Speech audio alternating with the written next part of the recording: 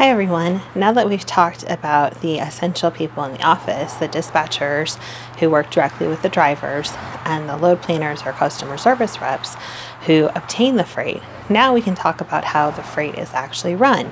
And this is obviously done by the drivers, but it starts in the office. So today on Trucking Tuesday, let's talk about the process of freight runs. So the drivers in companies that are at least mid-size and larger will have both dispatchers and customer service reps. In some cases, these can be the same people, but in most cases, they're separate jobs.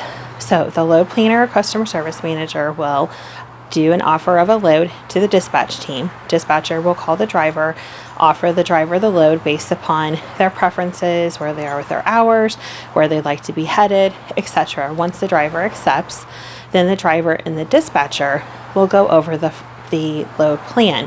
And this includes pickup time, where the load's headed, if it's a live unload or a drop and hook, and also the details of the delivery, the date, the time, again, if it's a live or drop and hook, and they'll go over all the details. So what does all of this mean? A drop and hook means that a driver is picking up a preloaded trailer. So all they have to do is drop an empty trailer at the customer pickup and then pick up their loaded trailer, get their paperwork, and once they check over the trailer, make sure everything's good. If the load's supposed to have a seal, which prevents the doors from being opened on the trailer, or a lock, or both, they'll make sure those are in place. They'll double check the paperwork, make sure the load's going where it's supposed to be, because occasionally you'll think that you're headed to California and the shipping department will give you a load with the same numbers or very similar numbers that could be going to California. So you want to make sure everything matches. Seal numbers match, pickup numbers. There's a lot of numbers in trucking. And then once those are all matched and everything's good, if the paperwork needs to be signed by shipping or a guard or both, that's done.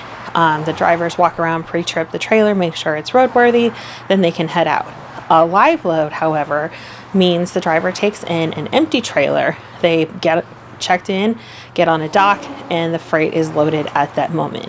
And depending on the kind of freight it can take anywhere from an hour to several.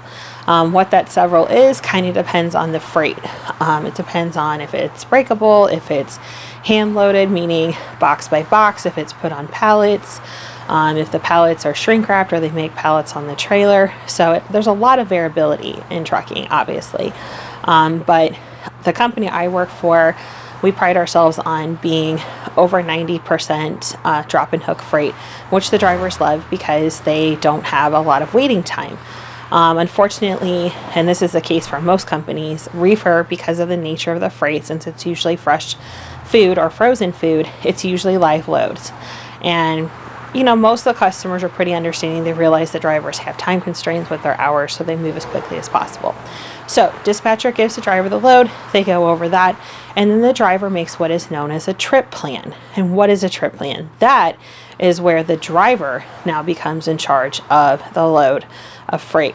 And they have to plan for themselves where they're going to fuel, where they're going to stop, if it's more than a one-day trip, or if it is a one-day trip, where they're going to park after the load is delivered. If they have a pickup after this load, they have to plan for that. Say they have an open window to deliver their load, but their next load picks up at 11 a.m. Well, obviously they don't want to wait till the last minute, especially if there's several miles in between the two. So they would have to plan accordingly. Also knowing where they're going, because some areas like Atlanta, certain places in Texas, places up in the Northeast where there's a lot of trucks and very few truck stops, planning to have a parking place and a backup parking place is very important. Also knowing if the load is live load or drop and hook matters as well. You have to build in time to get live loaded and or live unloaded. A lot of customers with live loads in terms of loading or unloading tend to run by appointment only. Some of them will give you an open window and say you can show up between like 8 and 5, but then it's first come, first serve. So a lot of times if you're going to have a live unload or live loading, drivers would prefer that you have a set appointment. And most customers give a grace period of 30 minutes or so Some customers are super strict, but that's something that dispatch and the drivers would go over with before the drivers accept the load. So as you can see, there's a lot of planning that goes into just getting the freight started.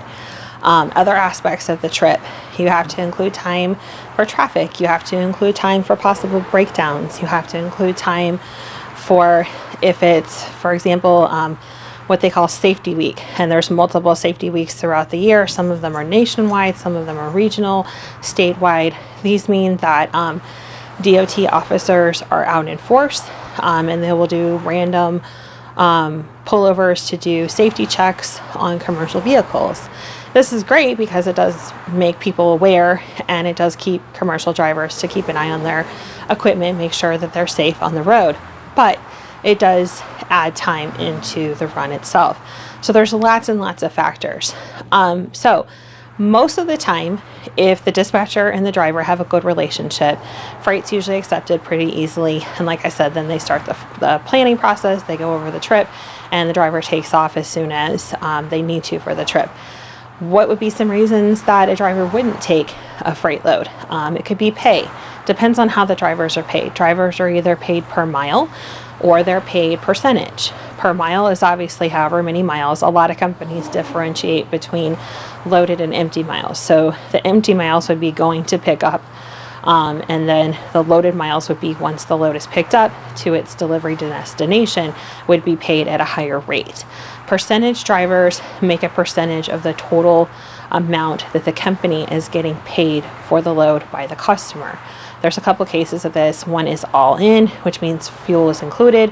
One is separate, where you have the full rate plan, which is the price that is being paid for the load, and then there's plus fuel added later. So there's lots of factors that a driver has to consider before they take a load and have it on the road. In terms of delivery, like I said, a lot of drivers like to plan their next trip ahead, so they want to make sure that when they go deliver, they have enough time to go pick up their next load. And they also have to consider their DOT 30-minute break after 8 hours of driving. They have to consider how long they're going to be on duty, because they only have 14 hours a day, and then where they're going to sleep. So lots and lots of factors go into the actual just planning of the trip. Other special cases would be certain high value customers. So if it's a high value load, a lot of them have rules that you can't stop. Usually it's around 250 miles from pickup before you can stop. So they require you to come with a full tank of fuel. Some customers require you to come in with with your trailer and truck being scaled. So going to a certified scale, usually CAT scale, and getting your truck and trailer scaled empty, and then you'll scale again before you take off. That's the other part of picking up a load. You want to make sure that it's not too heavy. There are laws against that, and we'll cover that in another video, but have to make sure that the load is legal before you take off. Also, there's laws in other states. Certain states have bridge laws. Certain states have how far back your tandems can be slid, so how far back the trailer is from the tractor itself, essentially. So there's all these things that you have to consider when you take freight out. If you're going into certain states don't allow trucks or trailers to be over a certain age for environmental reasons and safety reasons. So all of these things have to be considered when a dispatcher gives a driver a load, and the load planner has to be aware of those as well. So like I said, freight starts in the office, and once the load is accepted, it goes basically to the driver. Good dispatchers will follow up with their drivers. They'll do what we call status checks. So that'll be either communication via a phone call or communication via a text messaging service. My company, the dispatching software that we use allows for messages to be sent back and forth, but you would check in with the driver usually 2 times a day to make sure everything's good with them, they don't need anything, that they're running on time, any problems that they have. And also, if there's anything that happens while the driver's out on the road, they want to make sure that they communicate if they have breakdowns, if they had a long extra time trying to find a place to park, and so they shut down later than they assumed. So there's a lot of communication that goes into with the loads themselves. So once the load's planned, the driver takes off, they go pick up their preferred time. They get their paperwork, they roll, they go, they get to delivery. And then if it's a drop and hook, it's a simple case of getting checked in. Some cases, if it's a 24-hour shipper, you may just check in with a guard, or you would check in with someone in shipping and receiving. They'll take your paperwork, look it over, tell you where to park the trailer, and if it's a drop and hook, hopefully they have empties, then you can pick up and keep going. Sometimes they don't have empties, so you have to call in and get a chance to get an empty picked up.